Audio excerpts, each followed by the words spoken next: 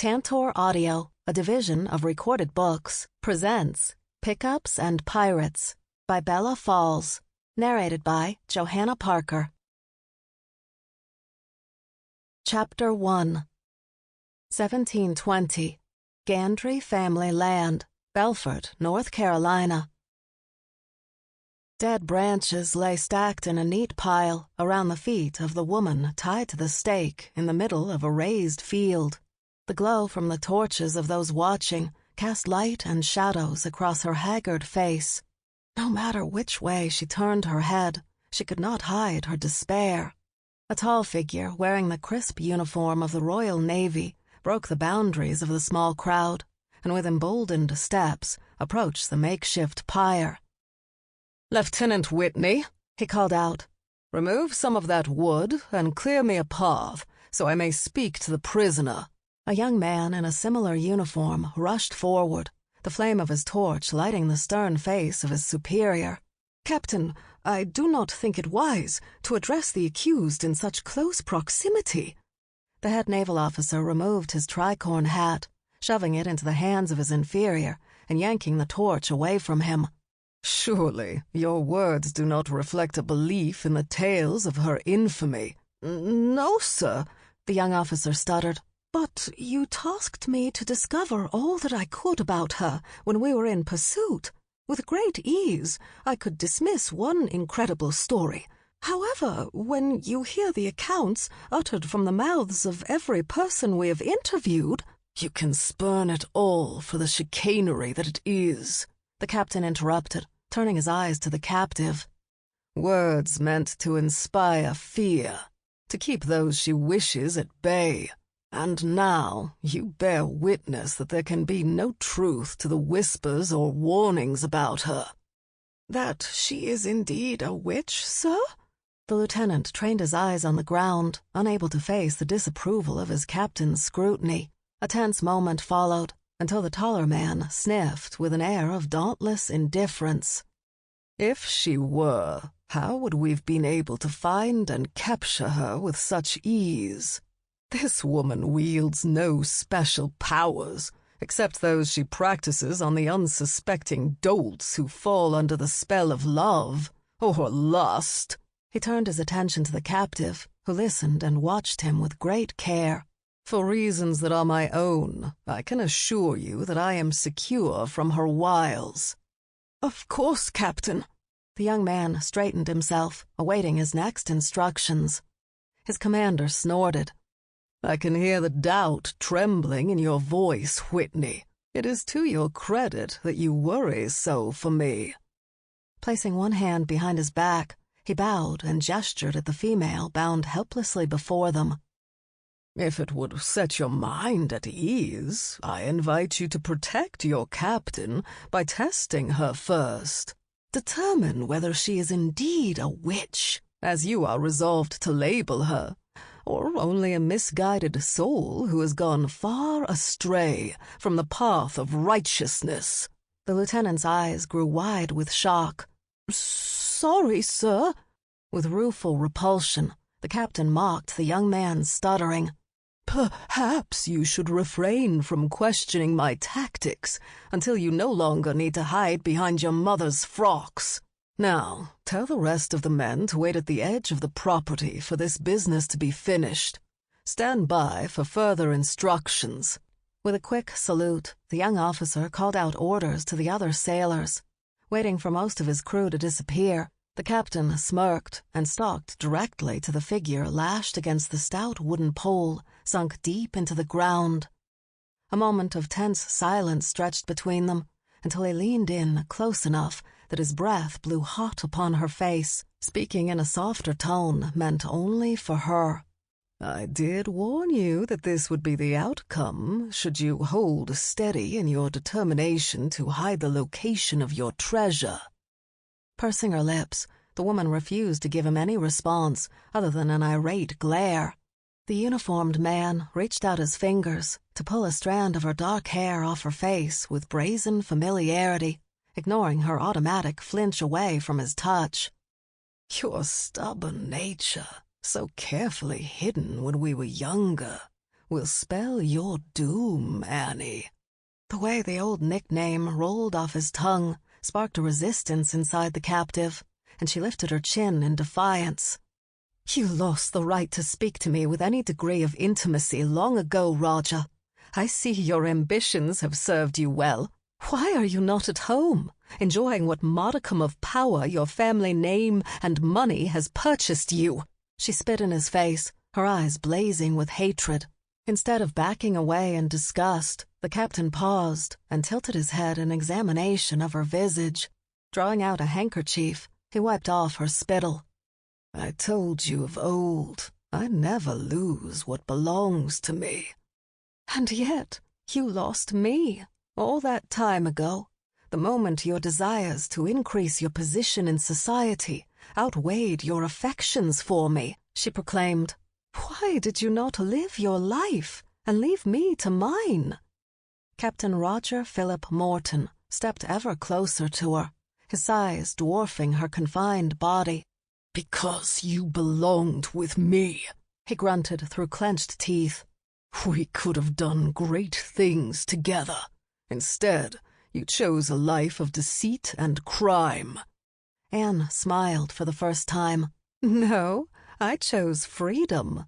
"You believed in that lie, and yet here are the consequences." Roger tugged on the snug ropes binding her. "Your actions have landed you here. You were never free of me, and your very life remains tied to my whims, whichever direction they may blow." "Oh, Roger," Anne sighed with a tinge of pity. "You continue to fail, unable to see beyond the end of your own nose." He thrust the torch closer to her face, relishing her resolve, crumbling under her attempted squirms away from its heat. "Tell me where you have hidden your treasure, Annie.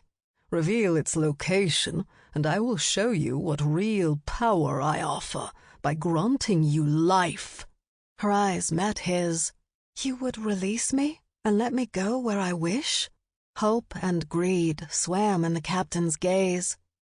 "You would not die by fire, nor at the end of a rope, but a life of imprisonment for a known pirate surely seems better than the inevitable consequences were I to refuse to intervene on your behalf." He licked his lips. "And with the wealth you have accumulated and the use of special talents I know you to possess, perhaps I could arrange for you to live out your sentence in private." Anne understood his meaning with all too much clarity. "Your definition of freedom has always clashed with mine, Roger. After all this time, you have failed to learn anything of import." She raised her chin. "Do what you must." The captain drew in a sharp intake of breath, unable to fathom her refusal. "You would end your life instead of accepting my proposal." An air of tranquil resolve rested in her eyes. A strong wind blew from the direction of the ocean not too far away and enveloped the two of them. Turning her face to relish in its salty kiss, she closed her eyes. "I will be free until I am no more." Roger gripped her cheeks in his fingers, squeezing her flesh and forcing her to face him until her eyes welled in pain. "You will regret your refusal of me yet again. I will make you pay for all of eternity. Any utterance of your name will be met with contempt and dismissal. Of that I will make sure." With frustrated loathing, he released her, pivoting and taking careful steps to distance himself. He barked out orders for those standing around to place the dead branches by Anne's feet again. "Let us proceed with haste," he announced. A squat toad of a man with a slight limp shuffled forward from the crowd encircling the scene. He leaned on a short cane for support, its bejeweled head sparkling. "I take it you were not as persuasive as you'd hoped, Captain Morton, and we are no closer to learning the whereabouts of our prize." "It makes no difference," Roger dismissed. "It does when I have been promised a significant cut of what she took with her from Nassau." The homunculus tapped a dirty fingernail on the uniform of the officer to further his point. The captain knocked the offending hand away and passed his torch back to his lieutenant. Clearing his throat, he unrolled a scroll and used the light from the flames to read the contents. Anne Bonneville, also known as Bonny Ann Bonnet, and recorded as the partner to the now deceased, notorious gentleman Jack Rackham.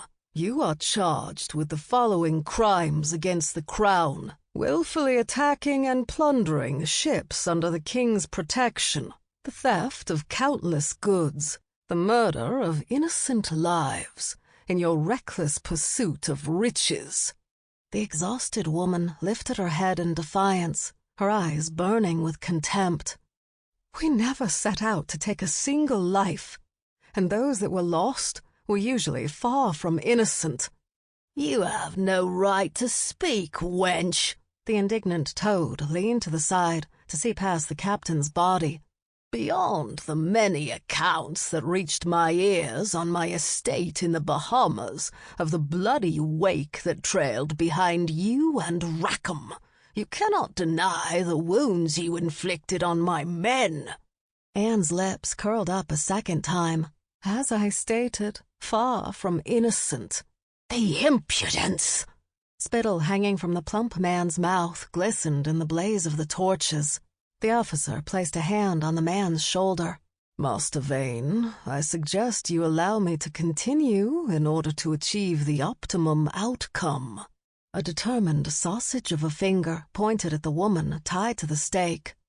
But she cannot be allowed to disparage the good works the king himself charged me to achieve. If not for my efforts, many of the wares traded on the islands and intended for the Empire would not have made it to their destined ports. Anne scoffed. And how many of those same goods ended up in your own possession, Nicholas Vane? How is it not an act of piracy when you confiscate a portion to keep for your own use, or to sell and pocket the coin? My acts are sanctioned by the Crown, therefore I am no pirate. The unsavory individual waved his cane at her and aimed his next words. Unlike yourself and your dead partner, did you know that he begged for his life on his knees, like a soft woman rather than a fierce jackanape? Instead of falling to pieces as Vane had hoped, Anne's derisive cackle stirred the air. If there were any justice, you would be tied right next to me. I am sure more wood can be gathered. How dare you! With an indignant squeal, the proclaimed privateer gripped the jeweled end of his cane and yanked it free to reveal a thin blade. I shall cut out your lying tongue to ensure you may utter no more foul words. The sound of horse hooves thundered on the ground, approaching with great haste. The animal and its rider did not slow, even as they aimed at the gathered assembly. Both barreled at full tilt, forcing those in attendance to scramble away. At the last second, the man in his disheveled state of panic pulled on the reins, and his horse reared up on its hind legs with a piercing whinny. "Stop!" the newcomer shouted from atop the horse. "I demand that these insane proceedings cease this instant." While the smaller man scrambled out of the way the best he could with his limp, the captain stood firmly in place. He waited for the rider to dismount before addressing him. "Your protests are too late, Mr. Jewell." "Daniel, what are you doing?" Anne cried out, panic filling her voice for the first time. The distraught man's eyes flashed to hers. "What I should have done all along, bringing an end to all of this." He turned to face those who had reformed the circle around the center. "Hear me. What is taking place here is the actual criminal act. Anne has been privy to no formal trial, no opportunity to defend herself, or be represented by the laws that govern all of us. It has already been decided that, for her crimes, the normal protections of man no longer apply," stated a thin man with spectacles perched on top of his long nose. Daniel directed an apologetic glance at Anne, struggling against her bondage to continue fighting for her. "Thomas Gandry, I know you and I have not always seen eye to eye on how those like us should live now that we are settled here on land that the king has granted us. But I never believed that you and the rest of the fools you have gathered together would stoop so low as to support someone who hired a well-known hunter for his own purposes. I have no knowledge of what you are claiming, protested the man whose land they all stood on. Shall I reveal the traitor of your own kind to you? Daniel shouted into the air. St. John Hopkins, I name you. Step out of the shadows and face those whom you claim to be your equals. A dark figure wearing a black cloak and a decorated mask that hid his full countenance stepped into the light of the torches. How is it that you have discovered my identity? He asked, removing the cloth facade from his face. How can you turn your back on your own kind and sell your soul? Daniel countered. Your use of your own powers to hunt witches should send you straight to hell. The unapologetic villain grinned. Ah, but the road there shall be paved in gold and other comforts my generous benefactors offer me. Excuse me, Captain, Lieutenant Whitney interrupted, but did that gentleman claim that this one is a witch hunter? Does this mean that there truly are witches, and that this woman may be one, as I reported to you? Roger rolled his eyes. Well, this is an unfortunate turn of events. He drew his sword from his scabbard and skewered the unsuspecting lieutenant. Such a waste of a decent subordinate. He wiped the blade clean on the lieutenant's uniform, shoving the young man's crumpled body away from him with his boot. The sudden act of violence stirred the observers out of their silence. Thomas Gandry looked down his nose at the naval officer. Surely there is no need for this kind of bloodshed. And yet you are willing to be culpable in the burning of one of our kind, without allowing her to tell her own story, Daniel pointed out. Let it be, interjected Anne from behind all of them. I have accepted this outcome, and implore for you to do the same. The cloaked man spoke up. We are delaying the inevitable. Get on with her execution. Nicholas Vane raised an eyebrow. You and I will receive no payment unless the treasure is found. Are you sure we have no need for her? It is my stock and trade, tracking things down that are desired, St. John Hopkins stated, facing Anne tied at the stake. I have proven that there was no place she could hide from my skills. If that was the case, then why the need to find her? Vane asked. Why not just go for the riches she so clearly took with her when she ran from Nassau? Captain Morton spoke up. Because he performed the duties for which I paid him. No, because of your personal feelings for Anne, Daniel accused. Sensing an opening to his advantage, he reached into the pocket of his coat and pulled out an object, holding it high in the air. Before you make a hasty decision, I wish to bargain with you, a way for you to find that which you desire. Daniel, no! You cannot! You promised! Anne bellowed. Nicholas Vane's toad-like tongue flickered out, and he licked his lips in greed. Her fervor against a trade means it must hold some enormous value. I doubt there is anything you could offer that would dissuade me from discharging my duty, Roger proclaimed. Daniel acknowledged Anne's pleas with a grimace, but pushed harder. I suspect that you do not wish for her life to end any more than I do, Captain. For her life, I will trade you this item that could bring you riches far beyond any you have ever imagined. I offer you the true Rose of Neptune. He let the object drop from his grip and dangle at the end of a long gold chain. The unearthly medallion flashed a green blue in the light of the nearby torches. It belonged to Jack Rackham and was said to have been enchanted with the ability to find that which he desired. If you are searching for riches, gentlemen, then I offer you a way to find more than you could ever dream of, in exchange for Anne's freedom." The captain attempted to approach to inspect it, but Daniel took a cautious step away from the other 4 men. "Neptune's Rose was the name of the ship she scarpered off with, not some silly necklace. How can you bargain with something if we cannot ascertain its true value?" Roger scoffed. Thomas Gandry cleared his throat, daring to interject. "While Master Jewell has refused to join our numbers within our burgeoning coven, I can attest to his ability to obtain, items that hold special properties."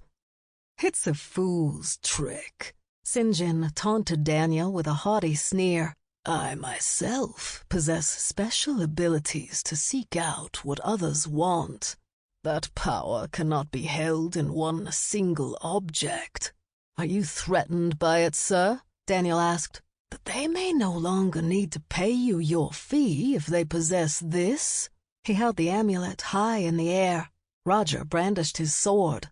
"I shall achieve that which I desire at whatever costs, and if this simple item holds that much value, then I say there is no need to bargain for her life, as I can end yours just as easily and take it for myself." Those who stood on the perimeter watching the exchanges of words muttered in discontent. Some shouted protests at the collapse of the proceedings. Thomas waved his hands in front of him. "There is no need for further violence. As we are on my land, I will not allow more blood to be shed." "Need I remind you that I am the acting arm of His Majesty's command? The soil upon which we stand belongs to the Crown, not to you," countered Captain Morton. "You can be stripped of it as easy as it was given unto you." While Daniel watched the squabbling, he found a thin blade pointed in his face. "Perhaps I should take the thing for my own use," Nicholas Vane uttered with fiendish boldness. "If it has the ability to find treasures, then perhaps I shall possess it." "You will have to wait your turn, Vane," threatened the witch hunter, coming closer. "Let me inspect it, to see if it is worth what he claims." Nicholas turned his blade on the man in the dark cloak and sneered, his attention split between the amulet and his supposed colleague. "Why should I trust you? Once it is within your grasp, I have no faith of it ever coming to me.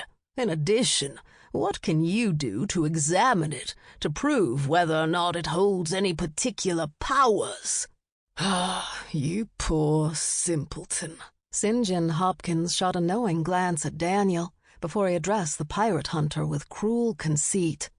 "Even though you, Vane, are one of 2 mortals involved in this endeavor, neither you nor the ambitious captain have ever been wary enough of the world that exists right under your nose." St. John Hopkins closed the distance between them, removing his glove 1 finger at a time. "However, I would be happy to teach you the lesson." Once unsheathed, his right hand illuminated with the glow of magical energy.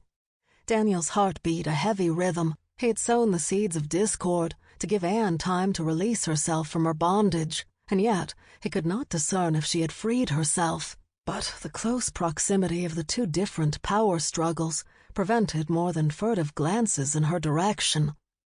"Enough!" The ropes around Anne's body exploded away from her in shreds. She held up her hands in front of her, and the air stirred to life. An unnatural wind picked up from out of nowhere. Hope bloomed in Daniel's chest, but no matter his attempts, he could not move forward to save her. He shouted at her over the din. "Run, Anne, run!" A hearty breeze whipped around the crowd until a roaring maelstrom surrounded them all. The force of the gales wrenched the torches from the hands holding them and extinguished every fire save one. Reaching out, Anne captured the handle of the final blaze. Daniel fought harder to make his way to her, but a gust forced him down to his knees along with everyone else. Although he had guessed at the strength that lay inside of the woman who had bewitched him from the moment he had clapped eyes on her, No amount of time in the world would have been enough to discover all of her hidden depths. "Do something!" Captain Morton demanded of the lanky coven leader. Thomas Gandry shook his head in refusal, shading his eyes from the debris flying around him. When he looked behind for the support of the coven, he found himself cut off by the whirlwind of her powers. Movement to Daniel's right caught his attention. A bright flash of light blinded him for a brief moment, before his eyes could adjust to find Nicholas Vane lying on the ground with his dead eyes staring up to the heavens. The witch hunter had dared to use his power to take the life of a mortal, an offense that would cost him his life if he were ever brought to justice. Daniel stopped staring at the dead body in time to find St. John with his hand raised again, the faint glow emanating from it brighter than before. His aim was trained on the woman at the center of it all. "Anne!" Daniel warned, his throat pained from the effort. A solitary strike of lightning burst from the sky above and crackled at the feet of the witch hunter. The explosion knocked him a few feet away onto his back, his dark cloak covering his still body. Daniel crawled forward. "Anne, you must stop this. You cannot keep it up forever." "I do not intend to." Although she created a pocket of calm solely for him, her use of such wild, unleashed magic wore her down. "Do not come any closer, for I know not how long I might maintain this." "Then stop, and let us fight together," the broken-hearted man insisted. "In order to protect what is mine, my life is already forfeit," Anne proclaimed. "However, there are 2 things I need you to do." A tear cleared a path down his dirty cheek. "Anything." Relief washed over her. "1, you must keep your promise to me. You have come dangerously close to breaking it tonight." "I could not let you go in silence." Daniel reached out as if he were close enough to touch her one last time. "And the 2nd," she continued, dropping the torch from her hand. It fell at her feet, embedding itself into the dead branches and kindling stronger flames. "When this ends, you do what it takes to survive and fulfill your duties. Many lives will be owed to your good works." "Anne," he pleaded, holding on to his last thread of hope. The crackle of the fire dancing across the wood and engulfing it drowned out his cries. With every inch the flames grew, the wind died a little more. Eventually, Captain Morton broke free and stared with awe and regret at the woman embracing her fate. Caught in a rare moment of indecisiveness, his sword dropped from his hand.